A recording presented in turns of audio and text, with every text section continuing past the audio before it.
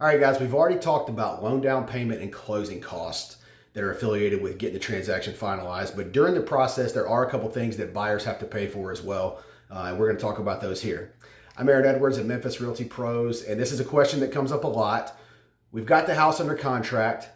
Now what do we have to do? All right, so we do make an earnest money payment. I know we've already talked about the earnest money in previous video, but that is a check that the buyer is going to have to write. It is deposited, and then that's credited to you at closing. So you do get that money back. Other things that involved in the process is, number one, the buyer pays for the home inspection. The way the contract is written, all inspections are the responsibility of the buyer. The reason for that is that we're buying someone's house. We don't want them paying someone to tell us there's nothing wrong with their house, right? We want somebody that represents us, that's working for us. So if you do a home inspection and then you get in there and the home inspector finds something that says, hey, you should probably get somebody that's a licensed HVAC technician or a licensed plumber or a licensed roofer to come out here and give you more detail about this.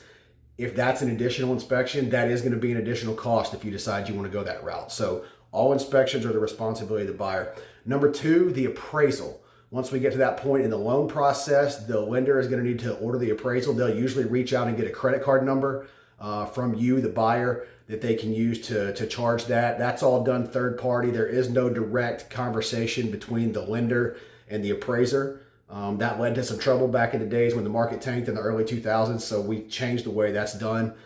And then the last thing, unless you are getting a VA loan, is the termite inspection. That's going to be required in Tennessee for most loans, but there's a stipulation in a VA loan. The termite inspection is what's referred to as a non-allowable. So the VA does not allow the purchaser to pay for that.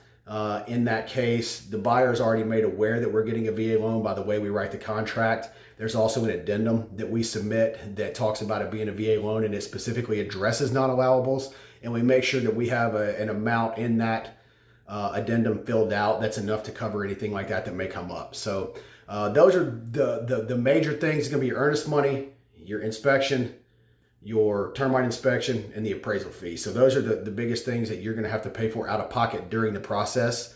Other stuff can be rolled into your closing cost and all that kind of stuff at closing.